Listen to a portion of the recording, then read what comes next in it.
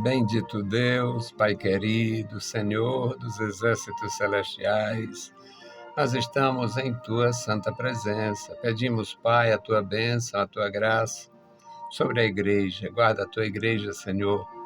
Abençoa a igreja peregrina que vai, meu Senhor, aos campos, Pai, levando a palavra, anunciando a paz, bendizendo o Teu nome, chamando as pessoas para entender o Teu convite santo.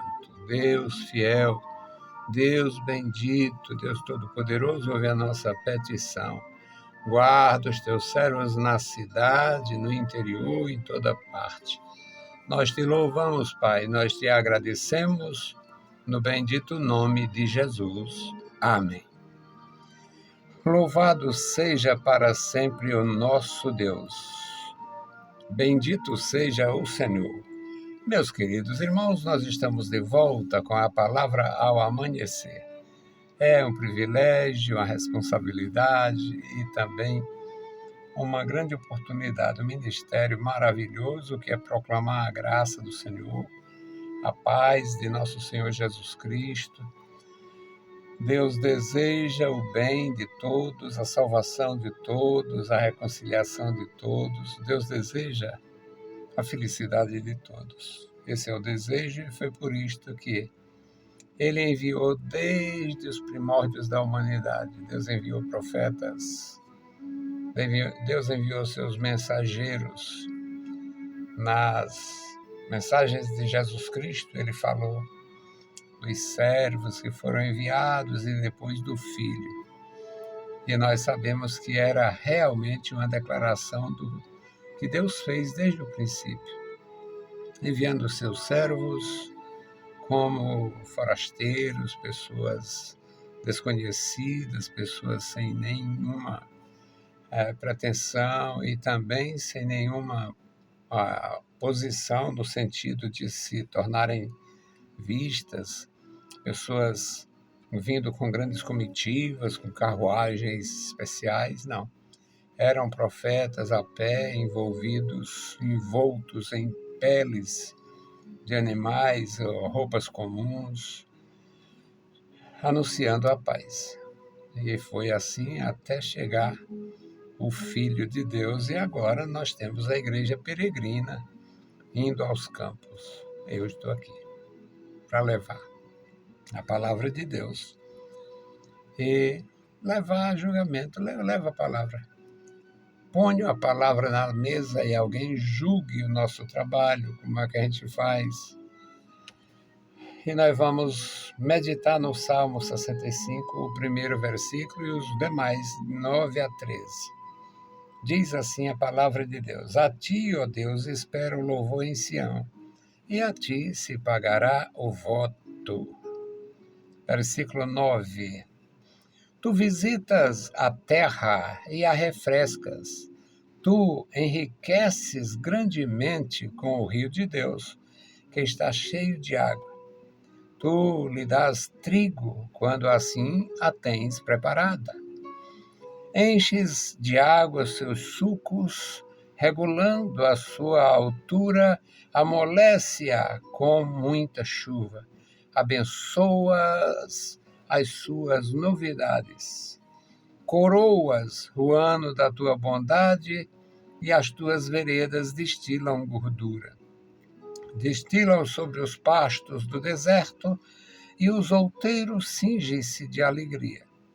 Os campos cobrem-se de rebanhos e os vales vestem-se de trigo. Por isso eles se regozijam e cantam. Louvado seja o bendito nome do Senhor. Meus queridos irmãos, aonde está a presença de Deus, onde o Senhor se faz presente através do nosso serviço, através da nossa adoração, através do nosso desejo de compor com o povo de Deus, de fazer a obra de Deus, de nos apresentar como servos dispostos a ir, muitas vezes também pagando alto preço, porque vale a pena. O salmista fala sobre a identidade de Deus. O Deus de Israel: A ti, ó Deus, espero o louvor em Sião. Sião é um monte, não sei nem se hoje seria identificado, é um outeiro, é uma espécie de um monte de pequena elevação, e é em Jerusalém. O termo sionista ou sionismo é uma referência a Sião.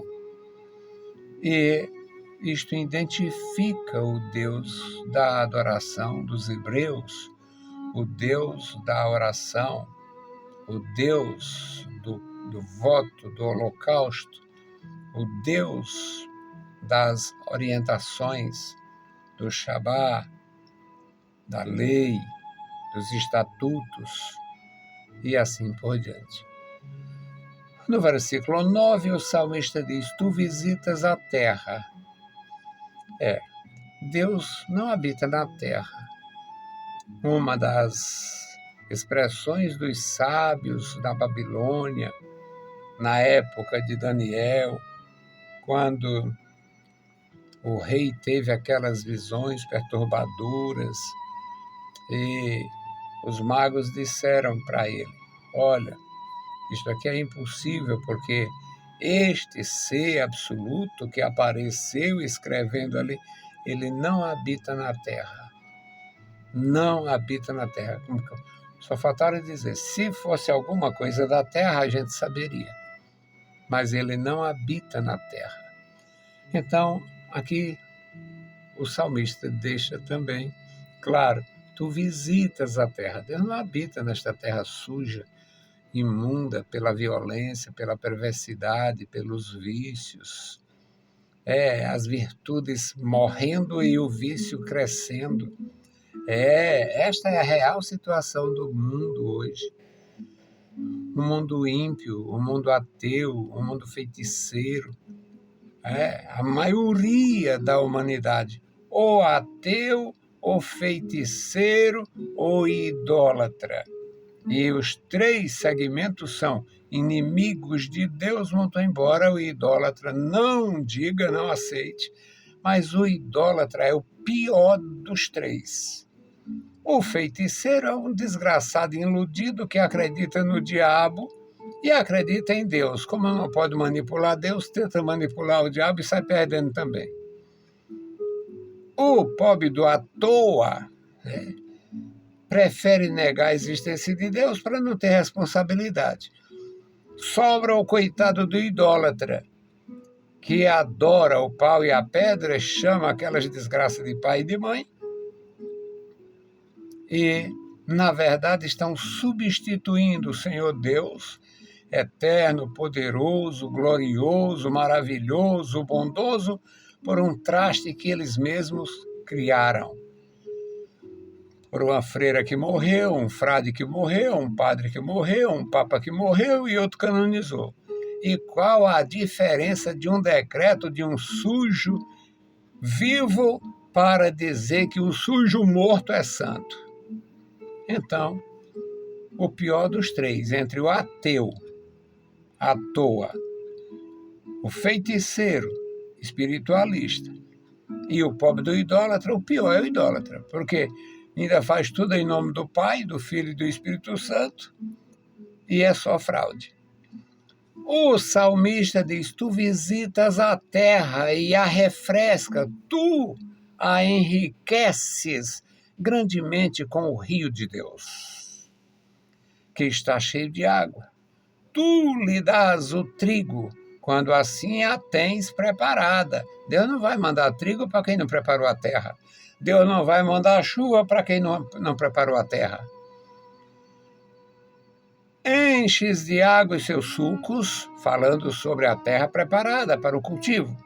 Enches de água os seus sulcos, regulando a sua altura, para não inundar. Amolece-a com muita chuva e abençoas as suas novidades. Aqui está se referindo ao sacrifício das primícias. Hoje as primícias são faladas nos antros de corrupção religiosa, para o sujeito levar o primeiro salário do novo emprego, levar não sei o quê. Tudo isso é fraude, roubalheira, patifaria, malignidade. As primícias eram o fruto do trabalho. O sujeito tinha lá um pipinal e os primeiros pepinos colhidos ele levava para celebrar o nome do Senhor e agradecer. O sujeito tinha lá um parreiral e as primeiras uvas colhidas ele não ia degustar, ele levava para a presença de Deus, fazia um sacrifício e agradecia pela colheita. É isto que significa primícia, e não roubar os outros. No versículo 11, ele diz: coroas o ano da tua bondade. Todos os anos são anos da bondade de Deus. É só você seguir o Senhor. É só você servir o Senhor. É só você amar o Senhor. É só você bendizer o Senhor. É só você se voltar para o Senhor, agradecendo o Senhor pela vida, agradecendo o Senhor pelo sustento, agradecendo o Senhor pela família, agradecendo o Senhor pela tranquilidade, pela paz, pela sua moradia. Já é sua. Glória a Deus, agradeça. Ainda está pagando? Glória a Deus, agradeça. Terminou de pagar? Agradeça novamente. Faça um culto de louvor ao Senhor, agradecendo pelo que Ele é, pelo que Ele faz, pelo que Ele te deu, pelo que Ele opera na tua vida.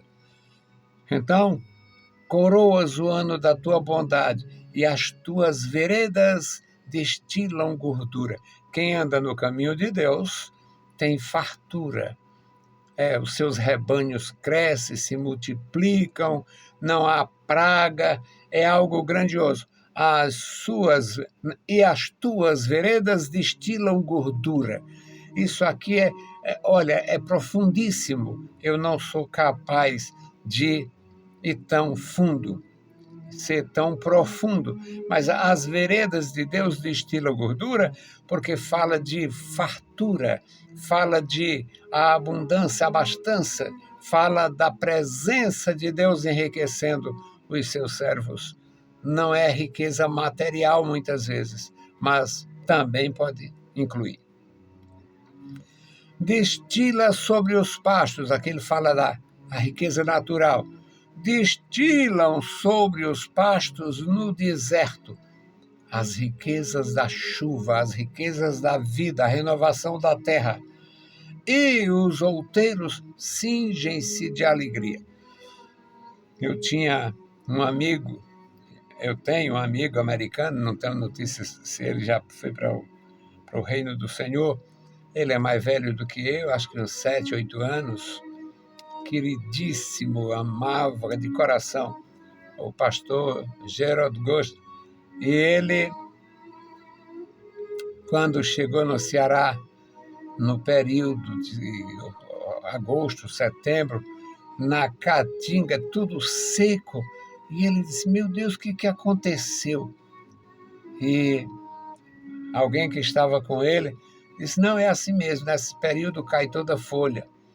E ele, trabalhando no Cariri, depois das primeiras chuvas, tudo se revestindo, tudo ficando lindo, e ele me contava aquilo com alegria, as surpresas e o aprendizado dele no nosso estado. Passou muitos anos aqui e voltou, porque a missão é assim, tem um tempo determinado.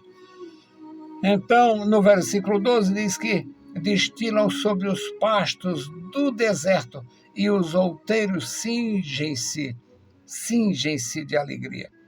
Os outeiros cobrem-se de ramagens, de pastagens, fica tudo verde, tudo alegre, a presença de Deus através da natureza e dos benefícios naturais. E o último versículo diz: os campos cobrem-se de rebanhos e os vales vestem-se de trigo. Por isso eles se regozijam e cantam. A natureza tem um brado de louvor. A natureza ergue a voz num brado de louvor. Todos os reinos, o reino animal, o reino vegetal, todos os reinos louvam a Deus. A natureza é plena da presença de Deus. Para o ímpio, imperceptível. Para os servos do Senhor, multivando louvor. Que Deus abençoe os meus irmãos, enchendo de graça cada coração, fazendo maravilhas. A minha intercessão hoje é por um casal amigo, amável, conosco, a Luciana e o Jean Luigi. Orar pela família dele, Dona Carmela, a mãe, a Martina, o Enzo. Não os conheço, mas eu sou de origem católica e me lembro de um ditado da minha mãe, que morreu há muitos anos e foi daquela cultura da idolatria. Pelos santos se beijam os altares, pelos amigos se intercede pelas famílias, pelos pais, pelos parentes. Deus abençoe o Luigi, Deus abençoe a Luciana e aqui os pais dela, o irmão Francisco, a irmã Lúcia, toda a família.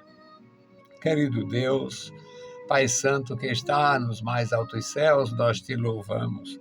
Obrigado pela vida, pela salvação, obrigado pelo teu profundo amor para conosco. Obrigado, Senhor, pela tua mão estendida sobre nós. Continua conosco, nos dando a graça, a paz, meu Senhor, nos ensinando a te servir, a te seguir, nos encorajando, Senhor, para a nossa caminhada de prazo indeterminado. Querido Deus, guarda os meus irmãos, os meus amigos, toma em tuas santas mãos cada vida. E, especialmente, te apresentamos o Jean Luigi, Senhor, e a Luciana. Guarda, meu Senhor, os meus amados irmãos. Guarda, meu Senhor, a família dele na Itália. Guarda a família dela aqui. Guarda o casal, toma em tuas santas mãos. Fala com eles, enche de graça. Em nome de Jesus, nós te pedimos. Amém. Meus queridos irmãos, a paz do Senhor e bom dia.